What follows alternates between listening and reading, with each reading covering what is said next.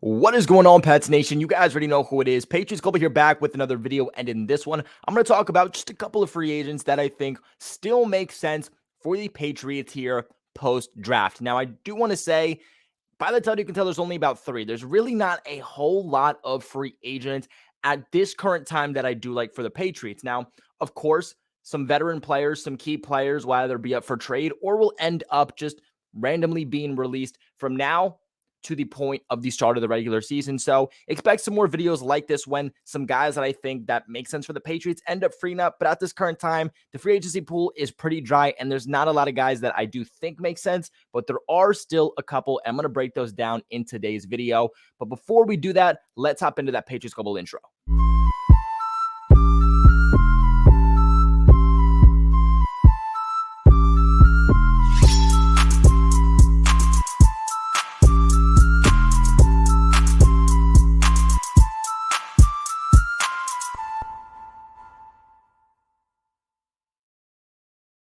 Now, guys, before I do hop into today's video, I want to give a massive shout out to the sponsors of this channel, FanDuel. Guys, right now, make a fast break to FanDuel during the NBA playoffs because right now, new customers can get a no sweat first bet up to $1,000. That is $1,000 back in bonus bets if your bet doesn't hit. So for those who are kind of confused on what a no sweat first bet is, because I've gotten some questions, essentially what it is if you are a new user, a new customer to FanDuel right now, you can essentially bet on anything, especially the NBA playoffs. And let's say you put up to $1,000 in and your bets don't hit, you will get compensated back in bonus bets from FanDuel, again, up to $1,000. The Bruins might have disappointed us, but the Celtics are still in play, guys. So go ahead to FanDuel and make your bets. They got great promotions every single day to save you money and get you easy money also. Get you some bonus bets there also. So go ahead and check back every single day. That's something that I personally do. And it's made me some key money in key times. And it was super fast, easy. And the most important thing to me is that it was safe and secure. The other thing about FanDuel is that you get paid instantly. As soon as your bet hits, you get paid out. There's no better place to bet the NBA playoffs than America's #1 sports book. All you guys have to do is visit FanDuel.com/Boston to get a no sweat first bet up to $1,000. That's FanDuel.com again /Boston. FanDuel, the official sports betting partner of the NBA. Little disclaimer, make sure you guys are 21 in your select state and make sure that your state does allow betting. But without further ado, let's hop into today's video. Now, I do want to give a little shout out to you guys. I did just drop my draft grades for the Patriots 2023 draft. So if that's something that does interest you and you want to hear my thoughts and break down the Patriots' entire draft class, give my thoughts on the class and the picks, go ahead and check that out. It's my latest video. But first off here, I think that the Patriots should go ahead and target interior defensive lineman Shelby Harris, who shockingly to me is still a free agent. This is a guy that in past years I've said the Patriots should target. He was actually involved in that massive trade between the Broncos and the Seahawks. Unfortunately, it doesn't seem like it panned out very well for the Seahawks, a team that has always needed help, whether it's on the edge or in the interior of the defensive line. But don't get it twisted. Shelby Harris is still a very good player, especially for somebody that's a former 7th-round pick. And to me, the Patriots can still use help along the defensive line, especially the interior, and especially with one thing: pass rush. Shelby Harris is a good pass rusher, but he's also still going to give you good ability at stopping the run. To me, this is somebody that can kind of be your Lawrence Guy replacement. At this point, I'm not 100% sure why Lawrence Guy is here. I think at this point, it's for what he brings from a mentoring standpoint, what he brings off the field, and what he brings in the locker room. But right now, Lawrence Guy is 33 years old. Now, Shelby Harris isn't too far behind him. He's 31, but you still get a couple of good years from a player that statistically is a lot better right now than Lawrence Guy. Shelby Harris, obviously better than Carl Davis. Shelby Harris, obviously better than Daniel Ekuale.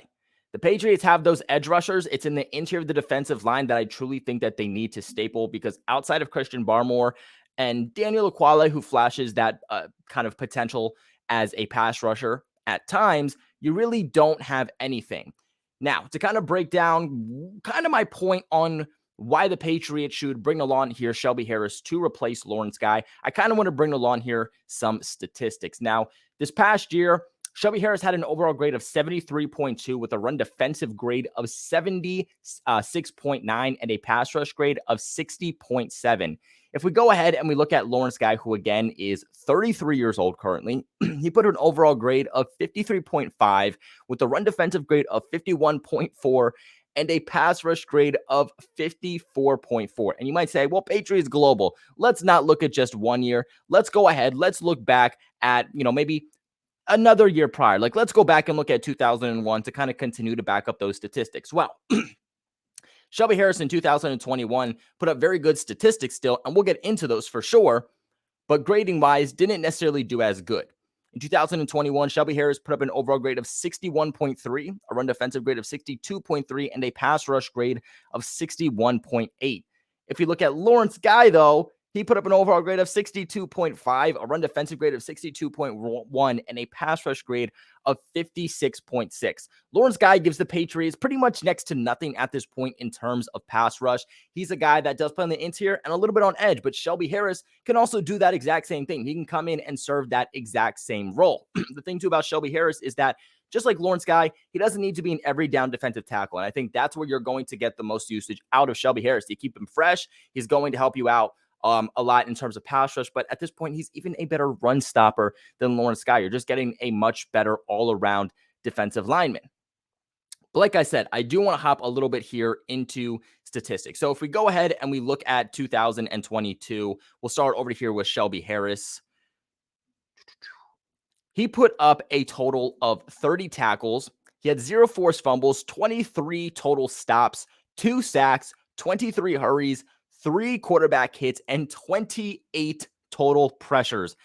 That was with, 217 run defensive snaps and 343 pass rush snaps. Now, if we go ahead and we look at Lawrence Guy and how he kind of stacked up for the Patriots this past season, again, an overall grade of 53.5. Not worth the money he's getting for sure. Although, again, I love Lawrence Guy. But he put up a total of 27 tackles, 0 forced fumbles, 20 total stops, 3 sacks, 14 hurries, 1 quarterback hit, and 18 total pressures. Now, if we go ahead and we look back at 2021 for both of these players, and like I said, Shelby Harris did grade worse in terms of grading for PFF in 2021, but his statistics were actually a lot better. Put up a total of 27 total tackles, 1 forced fumble, 23 total stops, 7 sacks, 21 hurries, 4 quarterback hits, and 32 total pressures. Absolutely insane, especially for a guy in his 30s. Now, if we go ahead and we look at how Lawrence Guy performed that same year in 2021, he put up a total of 47 total tackles, 0 forced fumbles, 33 total stops, 2 sacks, 9 hurries, 4 quarterback hits, and 15 total pressures. Shelby Harris pretty much more than doubled the amount of pressures that Lawrence Guy had. This shouldn't cost the Patriots much. Shelby Harris has gone unclaimed, not having visits with other teams, very little to no interest. So this is something that the Patriots could end up releasing Lawrence Guy or trading Lawrence Guy, but it's probably more of a release, and get him off the books and get Shelby Harris for around the same money and potentially maybe even a little bit less. And you're getting a player at this point who is much better and I think is going to have such a role for the New England Patriots and will make a bigger impact than Lawrence Guy does. Like I said, big fan of Lawrence Guy off the field and what he brings to this team and kind of his mentality and who he is. But at the same time, if we're talking about improving the team, Shelby Harris is easily a guy that can come in and do that. Now, next up on this list is going to be linebacker Zach Cunningham. This is a guy that was a second-round pick back in 2017, a draft in which not a lot of great prospects came out of. Patriots didn't have a lot to do in that draft either. I think they had 3 total picks that year, but they actually had interest in Zach Cunningham. Ultimately, we're not able to grab him. The Houston Texans did, and then this past season and a half, he spent with the Tennessee Titans. He's somebody, like I said, Patriots had interest in. Makes a lot of sense why they could potentially target him too. He's somebody that I think also fits the bill of something they could low-key be looking for, and that is help as an interior linebacker, a middle linebacker, right? You have Juwan Bentley currently, and I love Juwan Bentley. He's somebody that needs to be continued to be locked up long-term, but he's going to be in contract year. You never know if that's going to be a player you can get back or not, if he's going to get a bank. And with Zach Cunningham, he's somebody that even if you bring back Juwan Bentley, I think it would be an excellent 1-2 punch in terms of middle linebacker play between Cunningham and Juwan Bentley. To kind of back up some of these statistics here, now this past year had a down year, and I want to preface that straight off the bat. With the Tennessee Titans, did not have a good year, and they actually traded for him at the trade deadline back in 2021.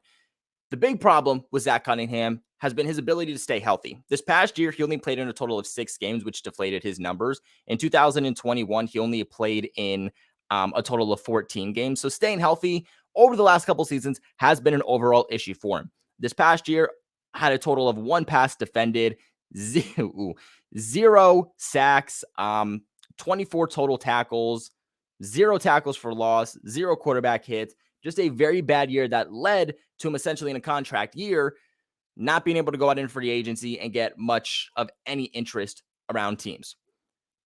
The thing that he's been so poised at isn't necessarily putting up major statistics and making major plays. That's not what he's going to bring. He's a Mike linebacker. He's a leader. And that's what the Patriots need, especially if Bentley leaves. That is their middle linebacker. That is their Mike linebacker. That's the guy that essentially is leading the team at this point, especially with Devin McCourty gone. That's another guy you can put on the field that's a veteran and a leader and can take over as Mike linebacker if needed. But this dude has been a tackling machine throughout his entire career. 107 tackles in 2018, 142 tackles in 2019, 164 tackles in 2020, and 93 tackles in 2021. This dude is still an absolute monster. And even if we go back and look at 2021, he put up a total of 3 passes defended, 1 forced fumble, 0 sacks, 93 total tackles, 7 tackles for loss, and 1 quarterback hit. If we look at his best season in 2020 with 164 total tackles, he put up a total of 2 passes defended, 1 forced fumble, 3 sacks, 7 tackles for loss, and 4 quarterback hits. If you want to go ahead and kind of look at some of his numbers here, according to PFF, this past year, not a great one. He put up an overall grade of 60.3 with a run defensive grade of 52, pass rush grade of 58.9, and a coverage grade of 65.9. In 2021, he put up overall grades, if this loads, he put up overall grades 60.2, a run defensive grade of 85.1, a pass rush grade of 51.7, and a coverage grade of 39.3. And then just to look at that key season, his best season he's ever had in 2020, overall grade of 60.9 with a run defensive grade of 72.7, pass rush grade of 78.6, and a coverage grade of 43.0. This is a guy that fits the exact mold that the Patriots look for with their linebackers and especially their middle linebackers. And it seems like these guys are still very, very hard to find in the league these days.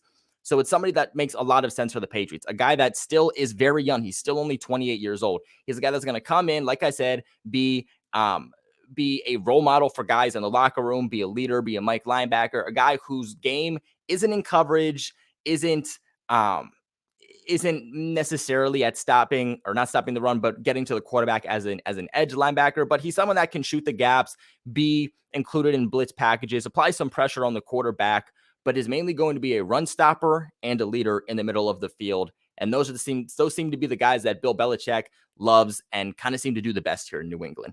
Now, my third and final guy that is going to be on this list is actually going to be a former Patriot. But before we do that, make sure you guys leave a big like on this video, guys. It really helps the channel out just by leaving a thumbs up. Also, while you're at it, if you're not subscribed, subscribe to the channel for all of you New England Patriots students, because I have you guys covered for everything from top to bottom, from free agency to draft to my opinions. Training camps right around the bend. I'll have you covered for every single day. Mini camps coming even sooner. I'll have you covered for all news involving practices. I'll be in Gillette, giving you guys some inside videos. So, guys, subscribe to the channel for everything involving the Patriots. And the best way to support the channel, that's 100% free, is by subscribing. Comment in the comment section below, how do you feel about these players? And of course, simply hitting that like button, because it helps the YouTube algorithm so much. And it tells them, hey, you know what? Let's showcase this video to other football fans and get this guy out. So would really appreciate if you guys did that. But without further ado, let's hop in with my third guy, Duron Harmon. And you guys are going to sit back and say, dude, really? Duron Harmon, the guy that like in 2020, they traded to the Lions?